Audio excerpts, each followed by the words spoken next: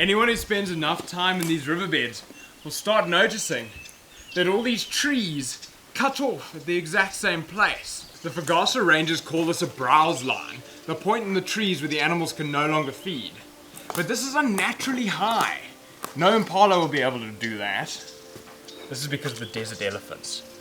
With the lack of food out here, these elephants have had to get smart. The desert elephants will lean back on their back legs, propping themselves up and feeding from the leaves above.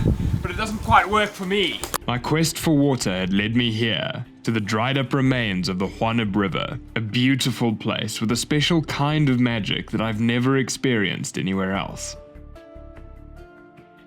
This mysterious river stretches 270 kilometers, cutting through the desert like a lifeline for the animals that live here. Filled by intense seasonal flooding, the subsurface aquifer gives life to kameeldoring and other plant life that sustain this natural haven for all, providing an escape from the desert.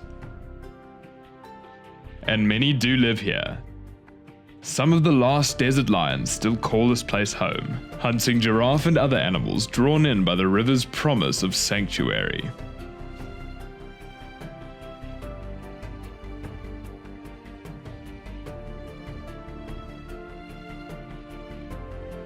And sanctuary it was, but when it comes to water in this river, there's only one who really knows how to get it.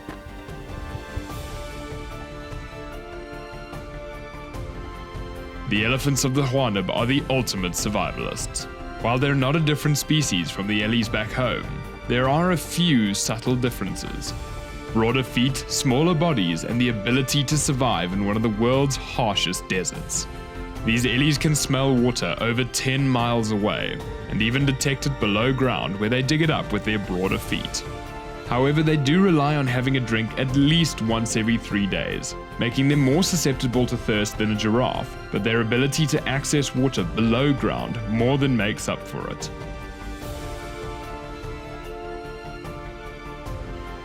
Unfortunately, I was unable to catch them in the act. While it would have been incredible to see them in action and learn a few tricks at finding water, you don't always get lucky, and Mother Nature hasn't agreed to play by my script yet. It was time to get back on my feet. The key to these Ellies' survival was the fact that they never stopped moving. I should take a few notes because it'll be key to mine too.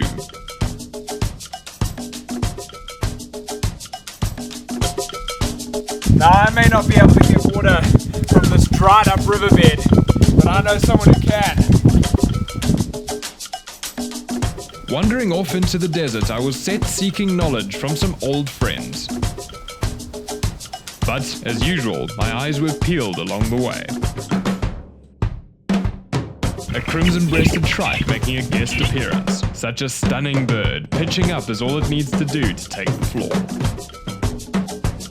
But there was a treasure bird hiding in the mix. A brief sighting of a carp's tit, playing around in the upper branches of the mapane. The carp's claim to fame is its uniqueness to the area. Found nowhere else, this was a massive addition to my life list. Darn cute too.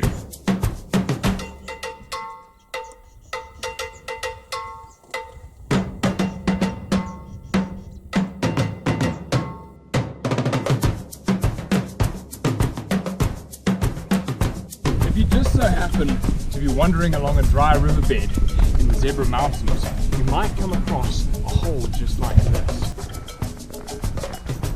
All up and down this dried up sand, the Himba people have been digging for water. This particular hole was probably dug by brown hyena, but it's been re-excavated plenty of times, but particularly by birders. After being thoroughly dug up, the water from the underground reservoirs pools in. It's a slow process.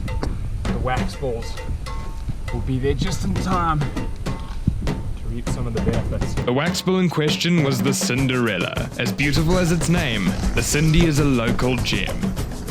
And in fact, they're watching me right now.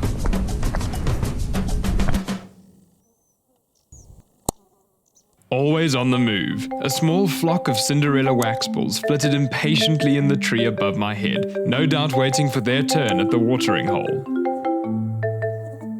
They are a bird whose beauty is subtle. Unlike many who sport bright colors or snazzy accessories, the Sindhi's feather coat is a soft, shining silver fading to crimson below the tail. Beautiful, but not trying too hard. Okay. We've got the Cinderella wax balls in this clump of bush in front of me here. Now, these creatures are okay, guys. I don't know if you can pick that up, but these little guys are found only in this stretch of land. This Canadian area is the only place in Southern Africa where we can find them. It's fantastic.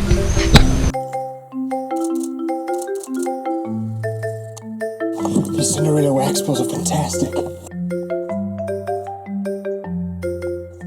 They're very dainty little creatures, little elegant bodies with very, very brittle looking feet. Absolutely stunning. This is one of the best birds of this area. An amazing addition not only to the treasure list but to my life list as well, leaving only 5 more from the beautiful Namib. I'm glad I got to see this before I found my way back to civilization.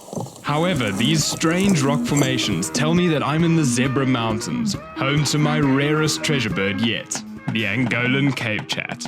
It also happens to be over 200 kilometers away and over a mountain from the Hoanib where I was stranded not 2 hours ago. But let's not think too much about that. The important thing is, it's a stone's throw away from the Kunene River, my ticket out of the desert and back to making documentaries that actually make sense. However, I have to add that the crew and I returned to the Waxbulls riverbed and left them a hefty sum of water. Times are harsh out here and usually you wouldn't want to interfere. But hey, we just poured some water in a hole in the ground. Any interaction between that and the Waxbulls is merely coincidental.